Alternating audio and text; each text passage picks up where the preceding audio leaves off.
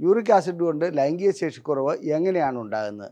അതായത് നമ്മുടെ ശരീരത്തിലെ മെറ്റബോളിസം കൊണ്ട് തന്നെ പ്യൂരിൻ മാറിയിട്ട് യൂറിക് ആസിഡായി മാറുന്നു. ഈ യൂറിക് ആസിഡിൻ്റെ ലെവല് 3.5 മുതൽ 7.2 വരെ വരാം. ലിംഗത്തിനുള്ളിലുള്ള ഒരു ബലൂൺ പോലെയുള്ള ഒരു ഭാഗമാണത്. അതിന് വികസിക്കാൻ കഴിയാതെ വരുന്നു. അങ്ങനെ ലൈംഗിക ശേഷിക്കുറവ് അനുഭവപ്പെടുന്നു. ഇതോടൊപ്പം തന്നെ അവരുടെ ടെസ്റ്റോസ്റ്റിറോൺ, മറ്റ് ഹോർമോണുകൾ എല്ലാം ടെസ്റ്റ് ചെയ്യേണ്ടതുണ്ട്. ഞരമ്പുകളുടെ കാര്യം ടെസ്റ്റ് ചെയ്യേണ്ടതുണ്ട്. യൂറിക് ആസിഡ് ഉണ്ടാകുന്നതോടുകൂടി ഞരമ്പുകൾക്കും ക്ഷതമേൽക്കാറുണ്ട്. അങ്ങനെ ഞരമ്പുകളുടെ കാര്യങ്ങൾ പരിശോധിക്കുന്നു. ഇതെല്ലാം പരിശോധിച്ചതിന് ശേഷം അവർക്കുള്ള യൂറിക് ആസിഡ് കുറയ്ക്കുവാനുള്ള ആഹാര നിർദ്ദേശം നൽകുന്നു. അതുപോലെ തന്നെ യൂറിക് ആസിഡ് കുറയാനുള്ള മരുന്നുകൾ നൽകുന്നു. അതിനോടൊപ്പം തന്നെ ലൈംഗിക ശേഷിക്കുറവ്, ലൈംഗിക ശേഷി വീണ്ടെടുക്കുവാനുള്ള മരുന്നുകൾ നൽകുന്നു. ഇതാണ് അതിൻ്റെ ചികിത്സാ രീതികൾ.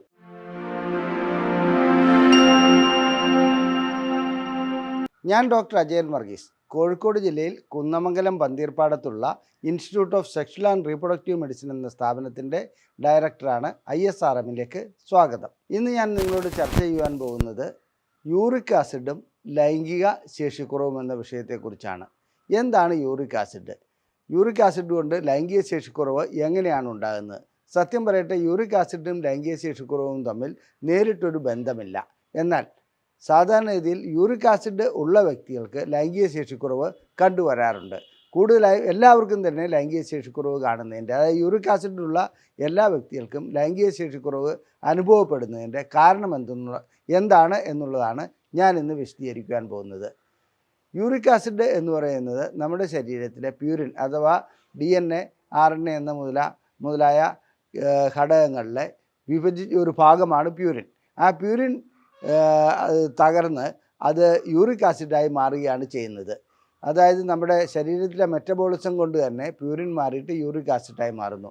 ഈ യൂറിക് ആസിഡിൻ്റെ ലെവല് 3.5 മുതൽ 7.2 വരെ വരാം. അതിൽ കൂടുതലാവുമ്പോഴാണ് നാം സാധാരണഗതിയിൽ ഒരു വ്യക്തിക്ക് യൂറിക് ആസിഡ് ഉണ്ട് എന്ന് പറയുന്നത്.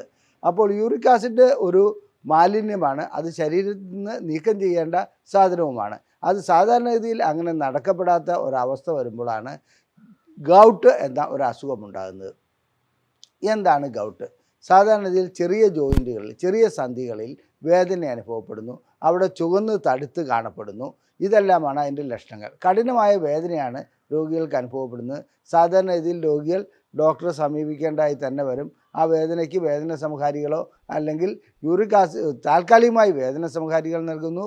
യൂറിക് ആസിഡ് മൂലമുണ്ടാകുന്ന ഗൗട്ടിന് സാധാരണ ചെയ്യുന്നത് കണ്ടിന്യൂസ് ആയി കഴിക്കുവാൻ, നിരന്തരമായി കഴിക്കുവാൻ 1-2 മാസത്തേക്ക് ഗുളികകളും നൽകുന്നു. ഇതാണ് അതിൻ്റെ ചികിത്സാ രീതി. എന്നാൽ നാം അറിയപ്പെടാതെ പോകുന്ന മറ്റൊരു കാര്യമുണ്ട്. ഈ യൂറിക് ആസിഡ് ഉയരുന്നതോടുകൂടി ലൈംഗിക ശേഷിക്കുറവ് അനുഭവപ്പെടുന്നു. രണ്ടും രണ്ട് ദിശയിലാണെന്ന് മാത്രം. യൂറിക് ആസിഡ് എങ്ങനെയാണ് ഉണ്ടാകുന്നത്? നമ്മുടെ ഈ പ്യൂരിൻ എന്ന ഈ ഘടകം വിഭജിച്ച് യൂറിക് ആസിഡ് ഉണ്ടാകുമ്പോൾ ശരീരത്തിലെ, അതായത് രക്തക്കൊള്ളുകളുടെ ഉൾഭാഗത്തെ എൻഡോത്തീലിയം, ഞാൻ പലപ്പോഴും പറഞ്ഞിട്ടുണ്ട്, എൻഡോത്തീലിയം എന്നത് രക്തക്കൊള്ളുകളുടെ ഉൾഭാഗമാണ്. ആ ഉൾഭാഗത്തിന് തകർച്ച ഉണ്ടാകുന്നു. അതുകൊണ്ട് തന്നെ നൈട്രിക് ഓക്സൈഡ് ഉൽപ്പാദിപ്പിക്കുവാൻ കഴിയാത്ത ഒരവസ്ഥയിലേക്ക് വരുന്നു.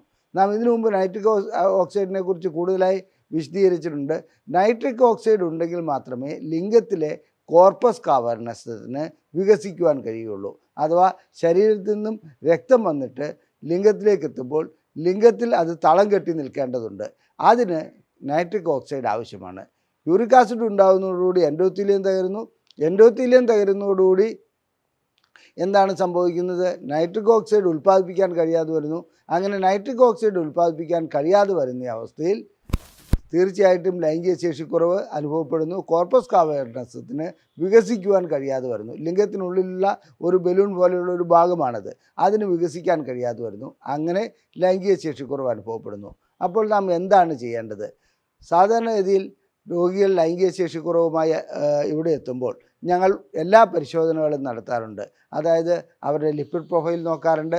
കൊളസ്ട്രോളിൻ്റെ 5 തരത്തിലുള്ള, അതായത് LDL, HDL, അതുപോലെ തന്നെ വെരി ലോ ഡെൻസിറ്റി ലിപ്പോപ്രോട്ടീൻ, അങ്ങനെയുള്ള എല്ലാം ഞങ്ങൾ പരിശോധിക്കാറുണ്ട്.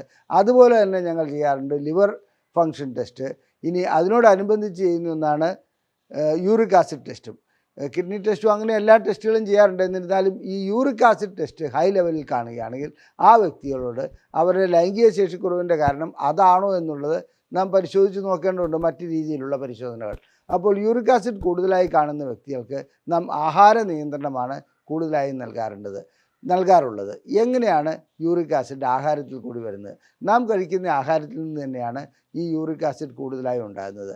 അതിൽ മാംസം, അതിന് റെഡ് മീറ്റ് ഒരു പ്രധാന ഘടകമാണ്. ചില മത്സ്യങ്ങൾ, സമുദ്ര ഉൽപ്പന്നങ്ങളായിട്ടുള്ള ചില കക്ക, അങ്ങനെയുള്ള സാധനങ്ങളെല്ലാം തന്നെ ലൈംഗിക, അതായത് യൂറിക് ആസിഡ് കൂട്ടുന്ന ഘടകങ്ങളാണ്. വളരെ അപൂർവമാണ് വെജിറ്റബിൾസിൽ കാണാറുള്ളത്. എന്നിരുന്നാലും ചില വെജിറ്റബിൾസിൽ യൂറിക് ആസിഡ് ഉണ്ടാകാറുണ്ട്. ഇനി ആ യൂറിക് ആസിഡ് ഉണ്ടാകുന്ന വ്യക്തികളെ സംബന്ധിച്ചിടത്തോളം അവരുടെ ലെവൽ കൂടുതലാണെങ്കിൽ അവർക്ക് ആഹാര നിയന്ത്രണമാണ് ആദ്യമായി ഏർപ്പെടുത്തേണ്ടത്. ഈ രീതിയിലുള്ള ആഹാരങ്ങൾ കഴിക്കാതിരിക്കുക, ആഹാരത്തിൽ മാറ്റം വരുത്തുക. ആഹാരത്തിൽ മാറ്റം വരുത്തിയതിന് ശേഷം യൂറിക് ആസിഡിൻ്റെ ലെവൽ കുറയുന്നതോടുകൂടി അവരുടെ എൻഡോത്തീലിയം പഴയ രൂപത്തിലേക്കാവുന്നു. അതായത് ഇതിൽ കാണപ്പെടുന്ന നമ്മുടെ രക്തക്കുഴലിൻ്റെ ഉൾഭാഗത്തുള്ള ആ എൻഡോത്തീലിയത്തിന് അഥവാ ഉൾഭാഗത്തിന് തകരാറ് വന്നിട്ടുണ്ടെങ്കിൽ അത് പൂർവ്വസ്ഥിതിയിലേക്ക് വരുന്നതോടുകൂടി നൈട്രിക് ഓക്സൈഡിൻ്റെ പ്രവർത്തനം ഉൽപ്പാദനം കൂടുതലാവുന്നു. അങ്ങനെ അവരുടെ ലൈംഗിക ശേഷി വീണ്ടെടുക്കുവാൻ കഴിയുന്നു. ചിലർക്ക് താൽക്കാലികമായി, അതായത് തുടക്കത്തിൽ തന്നെ കഠിനമായ ലൈംഗിക ശേഷി കുറവുണ്ടെങ്കിൽ ഞങ്ങൾ അതിനനുസരിച്ചുള്ള ട്രീറ്റ്മെൻറ്റ് നൽകാറുണ്ട്. അതായത് ഗുളികകൾ ഏതെല്ലാമാണോ വേണ്ടത്, ലൈംഗിക ശേഷി കുറവിന് ഉതകുന്ന ഗുളികകൾ നൽകാറുണ്ട്. ഇതോടൊപ്പം തന്നെ അവരുടെ ടെസ്റ്റോസ്റ്ററോൺ, മറ്റ് ഹോർമോണുകൾ എല്ലാം ടെസ്റ്റ് ചെയ്യേണ്ടതുണ്ട്. ഞരമ്പുകളുടെ കാര്യം ടെസ്റ്റ് ചെയ്യേണ്ടതുണ്ട്. യൂറിക് ആസിഡ് ഉണ്ടാകുന്നതോടുകൂടി ഞരമ്പുകൾക്കും ക്ഷതമേൽക്കാറുണ്ട്. അങ്ങനെ ഞരമ്പുകളുടെ കാര്യങ്ങൾ പരിശോധിക്കുന്നു. ഇതെല്ലാം പരിശോധിച്ചതിന് ശേഷം അവർക്കുള്ള യൂറിക് ആസിഡ് കുറയ്ക്കുവാനുള്ള ആഹാര നിർദ്ദേശം നൽകുന്നു. അതുപോലെ തന്നെ യൂറിക് ആസിഡ് കുറയാനുള്ള മരുന്നുകൾ നൽകുന്നു. അതിനോടൊപ്പം തന്നെ ലൈംഗിക ശേഷി കുറവ്, ലൈംഗിക ശേഷി വീണ്ടെടുക്കുവാനുള്ള മരുന്നുകൾ നൽകുന്നു. ഇതാണ് അതിൻ്റെ ചികിത്സാ രീതികൾ. ഇനി മറ്റൊരു കാര്യം, നാം കഴിക്കുന്ന ആഹാരത്തിൻ്റെ കാര്യം ഞാൻ പറഞ്ഞു. ഇപ്പോഴുള്ള ഒരു പ്രവണത എന്താണെന്ന് വെച്ചാൽ മിക്കപ്പോഴും കീറ്റോ ഡയറ്റ് അങ്ങനെയുള്ള പല കാര്യങ്ങളിലേക്കും ജനങ്ങൾ പോകാറുണ്ട്. അതായത് നമ്മുടെ ശരീരഭാരം കുറയ്ക്കുവാനും മറ്റുമായിട്ട്. ഇങ്ങനെ കാണുന്ന ചില ആഹാര രീതികൾ വളരെ അപകടം പിടിച്ചതാണ്. കീറ്റോ ഡയറ്റ് അപകടമാണെന്നല്ല പറയുന്നത്. അതിൽ കണ്ടമാനം റെഡ് മീറ്റ് അങ്ങനെയുള്ള കാര്യങ്ങൾ ഉൾപ്പെടുത്തിക്കൊണ്ട് ചെറുപ്പക്കാർ ആഹാരം കഴിക്കുന്നതായി കാണാം. ഈ രീതിയിലുള്ളവർക്ക് അതായത് യൂറിക് ആസിഡ് ഉണ്ടാകുവാനും അതോടൊപ്പം തന്നെ ലൈംഗിക ശേഷിക്കുറവ് ഉണ്ടാകുവാനും സാധ്യതയുണ്ട്. ഒന്നുകൂടി പറയട്ടെ, യൂറിക് ആസിഡ് അല്ല ലൈംഗിക ശേഷിക്കുറവ് ഉണ്ടാക്കുന്നത്. യൂറിക് ആസിഡ് മൂലമുണ്ടാകുന്ന എൻഡോത്തീലിയൽ ഡാമേജാണ്. ഈ യൂറിക് ആസിഡ് വളരെയധികം കൂടുതലായി വരികയാണെങ്കിൽ അത് ഹൃദയത്തെ ബാധിക്കും. അതുപോലെ തന്നെ കിഡ്നിയെ ബാധിക്കും. കിഡ്നിയെ എങ്ങനെയാണ് ബാധിക്കുന്നത്? യൂറിക് ആസിഡ് ചില ക്രിസ്റ്റൽസായി മാറുകയും അത് കിഡ്നിക്കകത്ത് കല്ലായി രൂപപ്പെടുകയും ചെയ്യുന്നുണ്ട്. യൂറിക് ആസിഡ് സ്റ്റോൺ എന്ന് പറയുന്നത് സ്വാഭാവികമായിട്ടും അതിനകത്ത് കാണാറുണ്ട്. അങ്ങനെ കാണപ്പെടുന്ന കല്ല് കിഡ്നിയെ തകർക്കുന്നു. കിഡ്നികൾ തകരുന്നതോടുകൂടി ലൈംഗിക ശേഷി കുറവുണ്ടാകുന്നു. അതുപോലെ തന്നെ ഇത് ഹൃദയത്തെ ബാധിക്കുന്നുണ്ട്. ഹൃദയത്തിൻ്റെ ശക്തി കുറയുന്നതോടുകൂടി ലൈംഗിക ശേഷി കുറവുണ്ടാകുന്നു. അപ്പോൾ നേരിട്ടല്ലെങ്കിൽ കൂടി വൃക്കകളെ ബാധിക്കുന്നതുകൊണ്ട്, ഹൃദയത്തെ ബാധിക്കുന്നതുകൊണ്ട് യൂറിക് ആസിഡ് ലൈംഗിക ശേഷിക്കുറവുണ്ടാക്കുന്ന ഒരു ഘടകമാണെന്ന് നമുക്ക് പറയാം, നേരിട്ടല്ല എന്ന് മാത്രം. അപ്പോൾ ഈ രീതിയിലുള്ള ഏതെങ്കിലും മാറ്റം അവർക്ക് വന്നിട്ടുണ്ടോ, അതായത് അവരുടെ വൃക്കകൾക്ക് തകരാറ് വന്നിട്ടുണ്ടോ, ഹൃദയത്തിന് തകരാറ് വന്നിട്ടുണ്ടോ, ഇതും ഞങ്ങൾ ആ കൂട്ടത്തിൽ പരിശോധിക്കാറുണ്ട്. അങ്ങനെ അത്തരം പരിശോധനകൾ നടത്തുന്നതോടുകൂടി ഇദ്ദേഹത്തിൻ്റെ മെഡിക്കൽ ചെക്കപ്പ് ഏറെക്കുറെ പരിപൂർണമാകുകയും ആ മെഡിക്കൽ ചെക്കപ്പ് വഴിക്ക് നമുക്ക് അദ്ദേഹത്തിന് യൂറിക് ആസിഡ് വഴിക്ക് എന്തെല്ലാം അസുഖങ്ങളാണ്, അതായത് ഹൃദയത്തെ ബാധിച്ചിട്ടുണ്ടോ, വൃക്കകളെ ബാധിച്ചിട്ടുണ്ടോ, ഇതെല്ലാം നമുക്ക് അറിയുവാൻ കഴിയുന്നു. അതിനുശേഷം അതിനോടനുബന്ധിച്ച് അത്തരം അസുഖങ്ങൾക്കും ലൈംഗിക ശേഷിക്കുറവിനുമുള്ള ചികിത്സ നൽകുകയാണ് ഞങ്ങളിവിടെ ചെയ്യുന്നത്. പിന്നീട് യൂറിക് ആസിഡ് ചില വ്യക്തികളിൽ പാരമ്പര്യമായി കണ്ടുവരുന്നുണ്ട്. അത്തരം വ്യക്തികൾ വളരെയധികം സൂക്ഷിക്കേണ്ടതുണ്ട്. അവർ ആഹാര രീതി തുടക്കം മുതലേ നിയന്ത്രിച്ച് പോവുകയാണെങ്കിൽ അവർക്കങ്ങനെ യൂറിക് ആസിഡിൻ്റെ നിയന്ത്രണത്തിൽ കൊണ്ടുവരാൻ കഴിയും. ഇത്തരം വ്യക്തികളെ സംബന്ധിച്ചിടത്തോളം അവർ എത്ര ശ്രമിച്ചാലും ചിലപ്പോൾ നടക്കാതെ വരുന്ന ചില ഘട്ടങ്ങളും ഉണ്ടാകാറുണ്ട്. എന്നിരുന്നാലും ആഹാര രീതിയും അതിനോടനുബന്ധിച്ചുള്ള മരുന്ന് കൊണ്ടുള്ള ചികിത്സയും യൂറിക് ആസിഡിനെ നിയന്ത്രിക്കുവാൻ കഴിയും. എൻഡോത്തീലിയം തകർക്കാതിരിക്കുക, അതായത് നമ്മുടെ രക്തക്കൊഴലുകളെ തകർക്കാതിരിക്കുക. രക്തക്കൊഴലുകളുടെ ഉൾഭാഗം തകരുന്നതോടുകൂടി ലൈംഗിക ശേഷിക്കുറവ് മാത്രമല്ല, പ്രഷർ ഉടലെടുക്കാം, മറ്റ് അസുഖങ്ങൾ ഉടലെടുക്കാം, ഹൃദ്രോഗം ബാധിക്കാം, വൃക്കകളെ തകരാറിലാക്കാം. ഇതുകൊണ്ട് യൂറിക് ആസിഡ് എന്നത് നിസ്സാരമായി അവഗണിച്ച് കളയേണ്ട ഒന്നല്ല.